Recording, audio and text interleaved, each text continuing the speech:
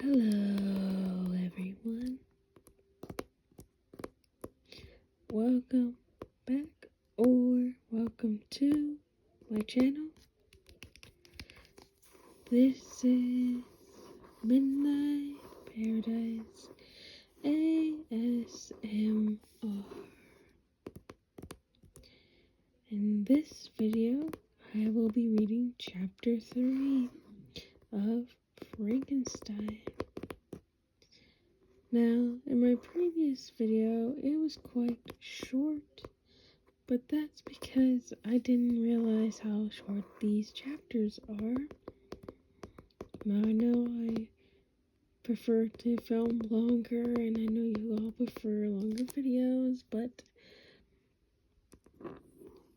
I can't really help how long these chapters are.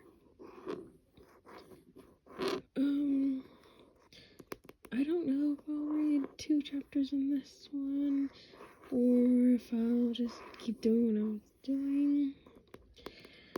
But we'll see how long this 3rd chapter is, okay? Alright, let's get started. Oops.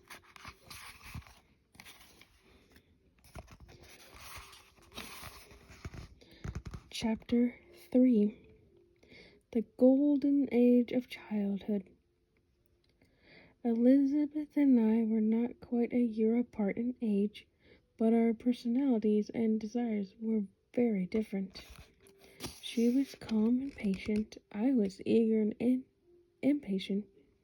While I immersed myself in the world of science, Elizabeth was drawn to the beauties of nature and poetry. She delighted in the things themselves, and I wanted to pick them apart and understand how they worked. When I turned 7, my mother had another child, and later another. These were Ernest and William. At that time, my parents chose to stay close to Switzerland, their native country, and stop their wandering through Europe. So look at this neat little imagery. We had a home in Geneva, but lived most of the year in a house on the eastern shore of Lake Belrive. My close tie with Elizabeth and my natural bent for seclusion kept me isolated from most of my school fellows. I did find one true friend in Henry Clerval, the son of a Genevese merchant. Henry longed to follow in the footsteps of the medieval knights of old. With the friendship of Elizabeth and Henry, and the wise and loving protection of my parents, I had a wonderful childhood. When I was 13, we visited Thonen. One day, bad weather confined us to the inn. In the library, I came upon the works of Cornelius Agrippa, an alchemist. His theories were very exciting and interesting to me, but when I showed the books to my father, he said, "My dear Victor, do not waste your time. It is all fantasy." But I continued to read with great attention. When I returned home, I acquired all of Agrippa's available works, and those led me to Paracelsus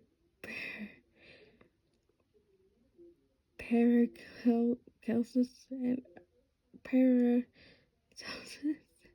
and Albertus Magnus. I apologize, I don't know how to read that.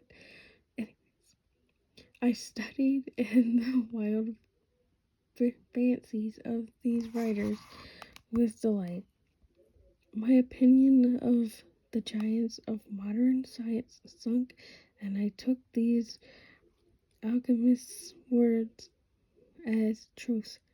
Wealth meant nothing to me, but I began to dream of the fame I would receive, as if I could banish the as if I could banish disease and discover a source of health and life. The ancient philosophers promised that death was not the inevitable end of life, and that those who had died could be raised again. When I was about 15, we witnessed a most violent and terrible thunderstorm while at our house on Belrive. I watched as it advanced from behind the mountains. As I stood at the door, I saw a stream of fire pierce an old oak, which stood about 20 yards from our house. When the dazzling light vanished, the oak had disappeared, and nothing remained but a blasted stump. When we went the next morning for a closer look, we found the tree had shattered in a remarkable manner. It was not splintered by the shock, but entirely reduced to thin ribbons of wood. It was our luck to have with us a man of great learning in the field of natural philosophy. He began to enthusiastically discuss his theory of electricity.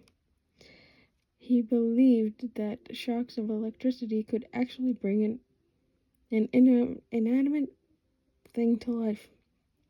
He said, "Cast all thoughts of Cornelius Agrippa out of my mind."